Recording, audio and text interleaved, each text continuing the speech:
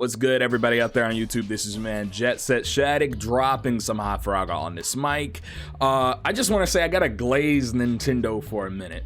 The Switch 2 came out last year on June 5th, and to be honest, it's been one of the best investments in my gaming life that I've made in the past few years or whatever. It just doesn't matter. It's been one of the best gaming investments I've made. In my initial review, I had really positive things to say about the little hybrid thing, but now it's only been reinforced by the current state of gaming. It's kind of the last bastion of physical games because Sony decided that you don't own your games in any capacity anymore. On top of that, the hybrid nature allows me to functionally use it how I want, and it's still at a reasonable price, and when it goes up by $50 in September, it'll still be what I think is a reasonable price considering I paid $500 for the thing with Mario Kart World. Nintendo is doing some pricing things that's making it a little bit more consumer friendly with the physical digital split, games basically being cheaper digitally than they are physically. The $500 console bundle that comes with the game currently, and it'll probably be $550 when the console raises its price $50. But overall, I would say, considering all the things that's happened over the past year, not only with gaming, but with Nintendo themselves, how the landscape's changed so much, this thing is really coming clutch.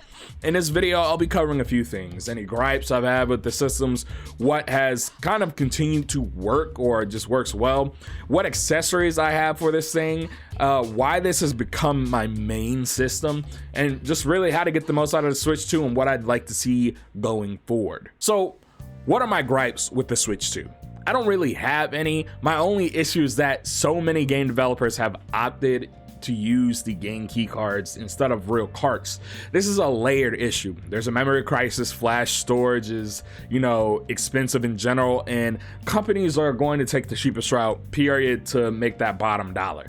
Nintendo wants to provide a physical presence because roughly half of their base still buys physical. That's why they're the last bastion for physical games, really. If you've gone to a Walmart or a Target or a GameStop, the Nintendo section right now is probably the biggest section. But the game keycard issue really has stopped me and many others from purchasing games they otherwise, would have bought. I think my best example of this is Pragmata. I'm still probably gonna get the game keycard, but I didn't buy it or, outright because I was like, dude, it's a game key card. It's not on the cartridge itself. It kind of pisses me off to some degree, but at the same time, I kind of understand it. I hate it. I don't believe Nintendo should have offered this option at all, but I don't think there would have been a physical option at all for a lot of these developers had they not released the game key card. So I don't know. It's a double-edged sword. You can still buy it and trade it and, let someone borrow it if that's your thing. None of those are my things. I mean, buying secondhand, yes, not selling it and,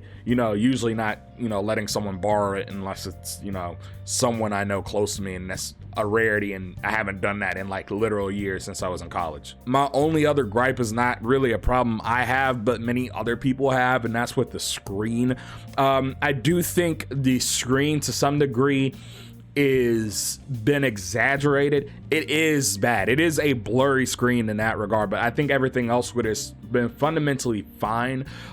It just reminds me of the iPad Pro screen from like 2018 or even just modern iPad screens. So that's why I didn't see it as that much of a problem, because so many other IPS screens are kind of just dog shit. And I noticed blur on anything that isn't basically an OLED or a plasma, and even then with OLED, I noticed that little minute fraction of blur. I just think it's one of those situations where you either really see it or you really don't. If you have trained eyes, you can see it.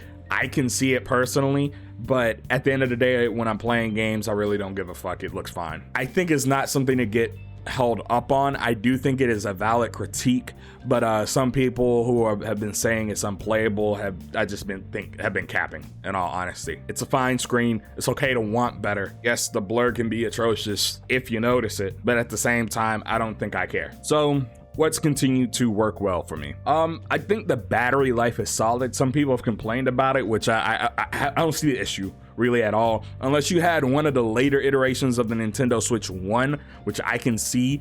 I don't really think the battery life is bad. I think it's pretty solid. I had an OG Switch, so the battery life is roughly in line with what that was, and I was fine with that, considering it could play AAA games, and this can play AAA games, at least for the time. Also, Switch 1 games kind of play amazing on this thing, especially after they added the handheld boost mode, which I think was needed on day one, but I'm glad they eventually added it. It's fucking awesome. It makes some of these games that looked bad in handheld on Switch 1 but looked good docked look really good handheld on Switch 2. I also think that the current Joy-Cons have kind of held up well.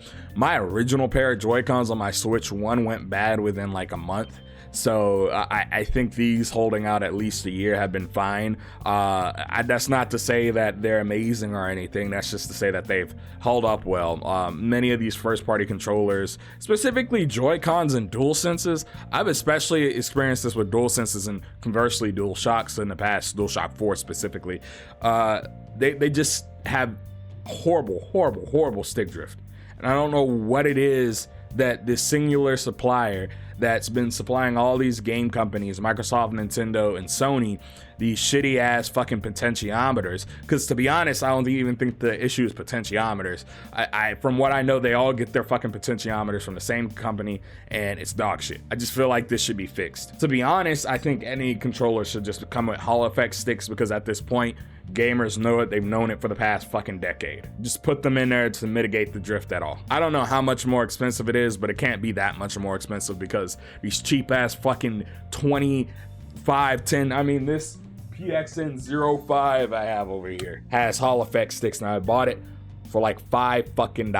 So if Nintendo revises the Pro Controller or the Joy-Cons, they just need to add them, because at this point it's ridiculous. I haven't heard anybody getting Joy-Con drift on their Switch 2 Joy-Cons, but again, there's the possibility for it there because it uses potentiometers. And despite the response time I said earlier, like I said, the screen is blurry. I like the way it looks in general.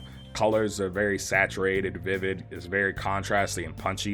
And despite there not being, any dimming zones, it's really contrasty. And games also tended to perform decently well, which is in stark contrast to the Switch 1. Switch 1, you only got that with Nintendo first-party games, really, and everything else that wasn't that or an indie game kind of formed like dog shit. And they especially perform well when optimized for the handheld, which is great. And then a lot of games have come out for this thing. Like, a lot of third parties are hopping on the Nintendo bandwagon, especially Japanese devs, because this thing is about to overtake the PlayStation in a little over a year, at least in Japan. So there is that. And then although there hasn't been a big Mario or a big Zelda, there have been quite a few exclusives year one. I just don't think Nintendo fans like Nintendo games, especially the very Japanese anime style stuff. So they tend to not, lean towards things like a Xenoblade, etc. Like that last Nintendo Direct I thought was fucking awesome, but there are people who were saying, oh man,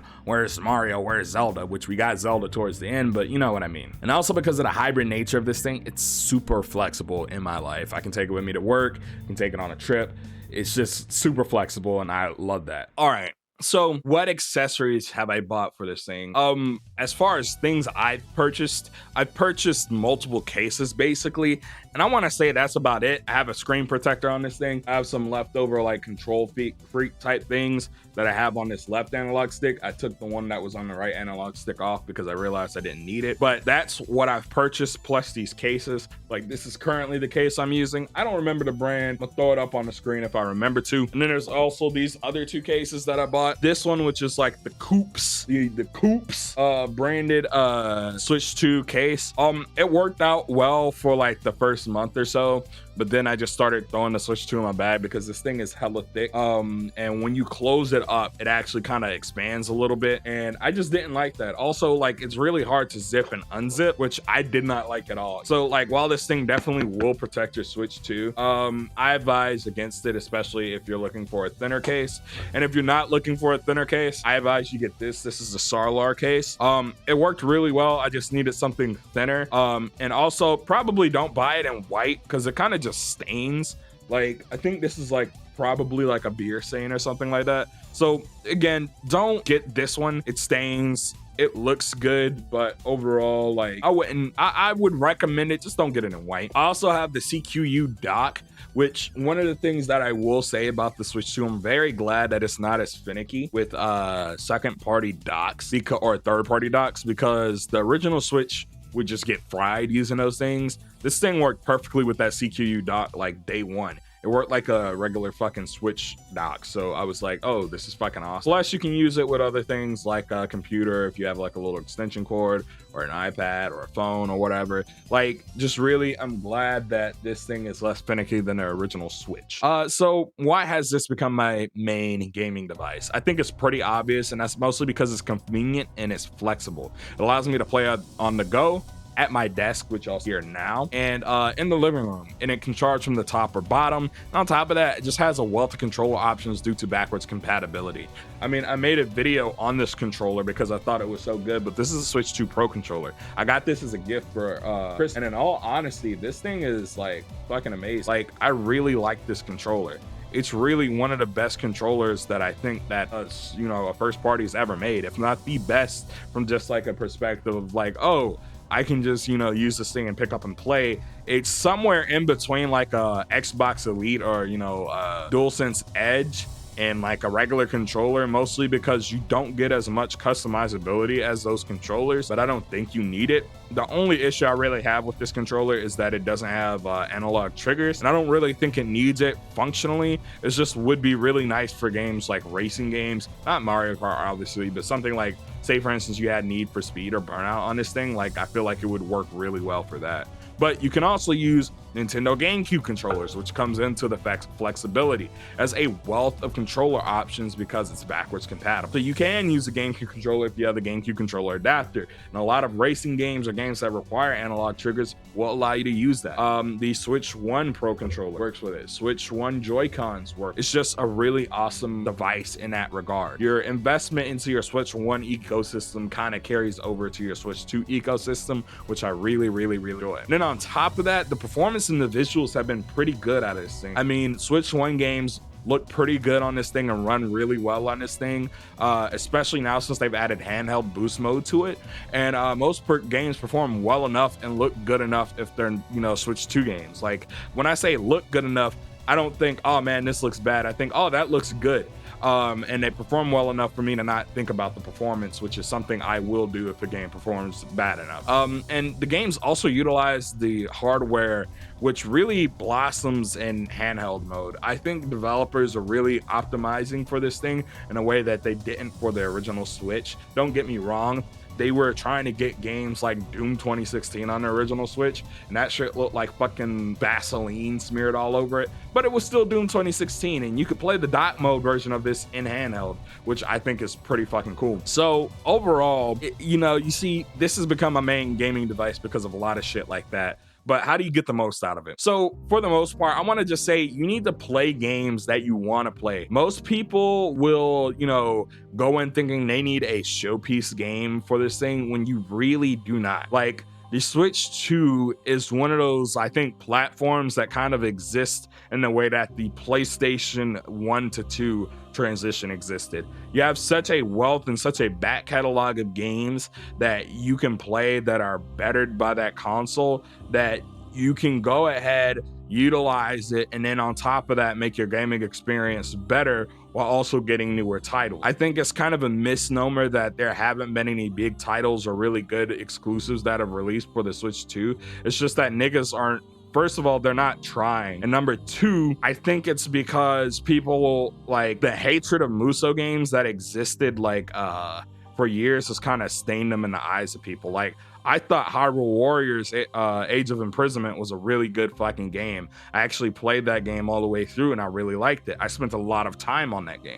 There are games like Kirby Air Riders, games like Star Fox that just came out last month, Splatoon Raiders coming out this month. We have a game like Mario Kart World, which I think is actually really fucking good. And just in general, there's been like 1 to 2 games coming out every 1 to 2 months for this thing. So I don't know. I feel like it's cap when people say there are no exclusives. There are way more than the fucking PlayStation 5 I've had in the past like 6 fucking years. So I think you need to think about it like that. Like, Nintendo's gotten out more exclusives, even if it's not a Mario or Zelda, in the past 6 years than Sony's gotten out in the past year than Sony's gotten out in the past 6 years. I mean, the Dusk Bloods is probably going to come out this year. While I don't like fucking Souls-like games, I'm pretty sure that's going to be a big fucking hit. I also think you should play games the way you want. I don't think you should worry about trying to get, like, say for instance, like play this thing docked a certain amount of times or playing this thing in handheld all the time. Some people play their Switch only docked. Some people play it only handheld. I think a lot of people played their Switch 1 only handheld. And I think for a platform like this with a system that performs this well, looks this good, is this slim, is this portable, and just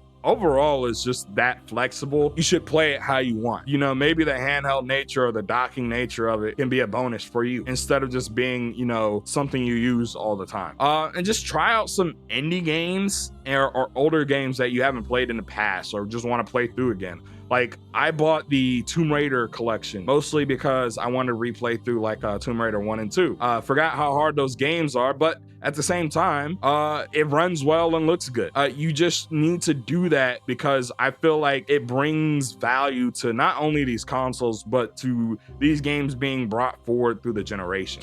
It's just also good because a lot of those older titles or just indie titles as well are pick up and play. So they, you know, blend really well into the hybrid nature. I don't know if Densha Attack is on here, but if it is, I'm definitely gonna pick it up on Switch 2 before I pick it up on anything else because I feel like it's the best place to play it.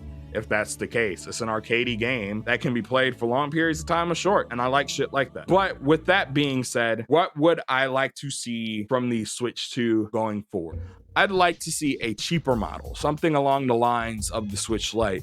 I think it'd help get a lot more people on board, and I think Nintendo would get a lot of goodwill from the gaming community in general, because right now they're winning by doing almost nothing. So I think it'd be a lot of goodwill to see them, you know, make a cheaper model, get a lot more people on board. It worked well with the Switch 1, and it gives something to those that want an even more compact portable unit. And then when you take that into conjunction, I think they also need to make an overdrive option for the screen. Like, just have it be an option setting like you did for handheld boost. Who gives a shit if it, you know, runs out battery life a little bit faster? As long as we have the option, I don't think people will care. On top of that, the motion blur is noticeable if you're sensitive to it, but I think because most people they look at their fucking iPads and shit all the time, which have really bad screen blur when you're not using an OLED model, that they don't realize that the screen is blurry at all. I mean, I have a 2018 iPad Pro and I think it's just as blurry, if not blurrier than this fucking screen in motion. So that's what I have to say about that.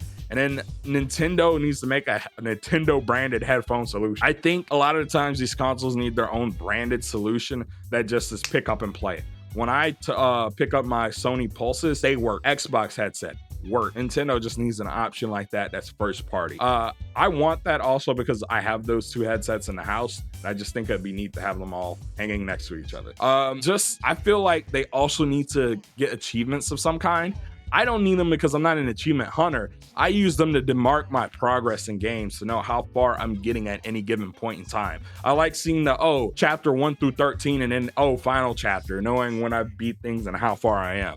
I think that's really good, especially for a handheld like this. And then VRR, I think, needs to be enabled in dock because I think that even though the screen is VRR, for games like Pragmata or other games that don't necessarily hit their 60 FPS cap and the game developer lets it run rampant, I really think we need something like that. We need a VRR mode in dock. I know they advertised it before it came out. I think there's probably an issue with their protocol for DisplayPort over USB-C, but I'd like to see that at some point. But overall, the Nintendo Switch 2 is such a good fucking package, man. Now, I will say, about to go up in September, $50, so it'll be $500 or $550 if you get the choose a game package that they have going on and probably will permanently have going on. But I think it's better to buy it now or then than wait, another year and it probably go up another $50 or $100 because right now, billionaires and AI companies are saying that you'll own nothing in life. So I think you should own your shit and enjoy your shit. Overall, really, the Nintendo Switch 2 has been an awesome device over the past year.